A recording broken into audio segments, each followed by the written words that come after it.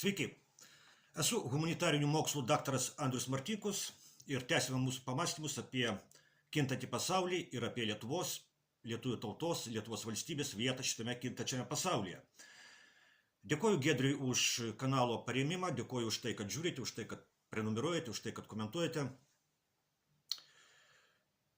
Kaip Lietuvos valdžios suteikta galimybė atsiimti pinigus iš pensijų fondų siejasi su Lietuvos valdžios pasiruošimui karui su Rusija.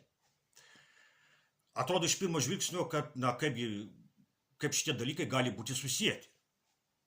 Bet jeigu pažiūrėsime giliau, pamatysime, kad jie ko gero deja yra susijęti. Tai, kad Lietuvos režimas ruošia Lietuvą karui su Rusija, yra akivaizdu. Tik visiškai aklas gali šito nematyti. Ministrės pirmininkės Ruginienės vadovaujama vyriausybė vykdo visiškai tokią pačią į pasirengimą karui nukreiptą politiką, kokią vykdė prieš tai buvusios vyriausybės. Nepriklausomai nuo to, kas vadovauja Lietuvos vyriausybei, dabartinis Lietuvos režimas yra visiška globalistų marionetė, o globalistų politika yra karo su Rusija politika. Karas su Rusija turi būti tęsiamas Ukrainoje tol, kol įmanoma, iki paskutinio ukrainiečio, o kai ukrainiečiai pasibaigs, arba dar anksčiau, karas su Rusija gali būti perkeltas į kitas Europos vietas, nes globalistų tikslas yra nugalėti Rusiją.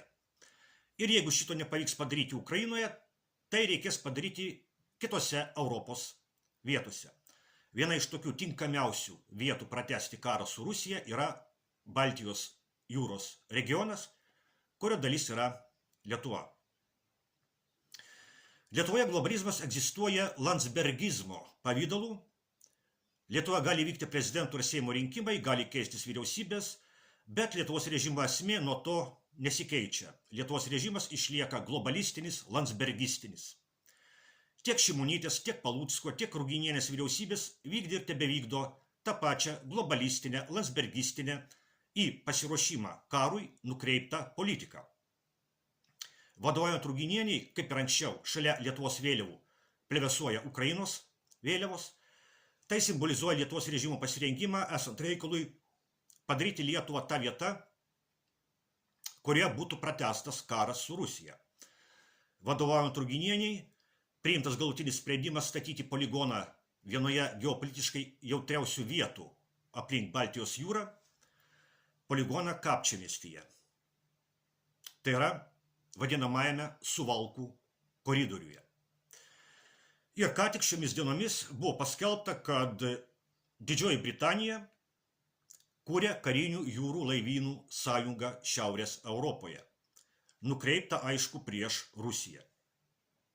Šiai sąjungai priklausys Olandija, Islandija, Norvegija, Švedija, Danija, Suomija, Estija, Latvija ir Lietuva. 10 valstybių kol kas. Šio sumanimo tikslas yra akivaizdus. Tikslas yra galimybė uždaryti Rusijai Baltijos jūrą ir apsunkinti Rusijai veikimą Šiaurės jūrose. Baltijos jūros regionas yra pati patogiausia vieta globalistams pratęsti karą su Rusija. Nes Rusijos pozicijos Baltijos jūroje yra gana silpnos. Rusija tikrai nenori karo Baltijos jūroje, o globalistai nori karo. Su Rusija jie nori nugalėti Rusiją mūšio lauke ir jeigu šito nepavyks padaryti Ukrainoje, labai tikėtina, kad jie išprovokuos karą Baltijos jūroje. Lietuvos režimas yra klusnus globalistų valios vykdytojas ir jų tikslų įgyvendinimo įrankis. Dabar prieiname prie esmės, kaip visame šitame vaizde atrodo Ruginienės vyriausybės suteikta galimybė atsiimti pinigus iš pensijų fondų. Globalistų karo partijos politika skurdina Europos gyventojus. Globalistų karo partijos vykdoma politika kenkia Europos valstybių ir tautų nacionaliniams interesams. Vienas ryškiausių pavyzdžių Europoje yra Vokietija, kurioje pigių Rusijos naftos ir dujų atsisakymas padarė milžinišką žalą Vokietijos ekonomikai. Tokia patirtis yra ir globalistų karo partijos statytinių valdomoje Lietuvoje. į pasirengimą karui su Rusija nukreipta Lietuvos globalistinio režimo politika skurdina Lietuvos žmonės. Lietuvos režimas giriasi, kad gynybos išlaidoms skiria daugiau procentų nuo bendrojo vidaus produkto negu kitos NATO narės. Bet kieno sąskaita gaunami tokie rezultatai? Jie gaunami Lietuvos žmonių gerovės sąskaita. Ir šioje vietoje galimybė atsiimti pinigus iš pensijų fondų atrodo kaip galimybė laikinai pagerinti Lietuvos žmonių finansinę būklę. Tai tarsi savotiškas narkotikas, skirtas sumažinti socialinį skausmą, pasiruošimo karui beprotybėje. Kita vertus, pinigai pensijų fonduose buvo skirti ateičiai, o dabar jie bus naudojami dabartyje. Tai sukelia įvairių ir negerų minčių.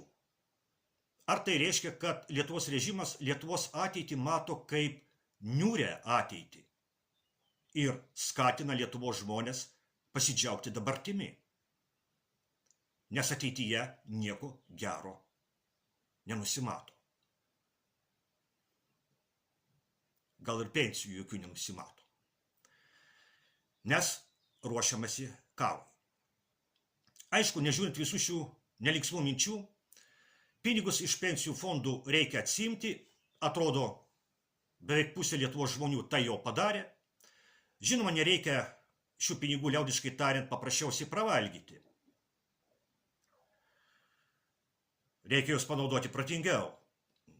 Jeigu turite skolų, būtų galima jas panaikinti arba sumažinti pasinaudojus atsimtais pinigais. Galima papildyti savo aukso atsargas, nes neramiais laikais investuoti į auksą yra prasminga. Pagaliau galima tiesiog mėgautis taika.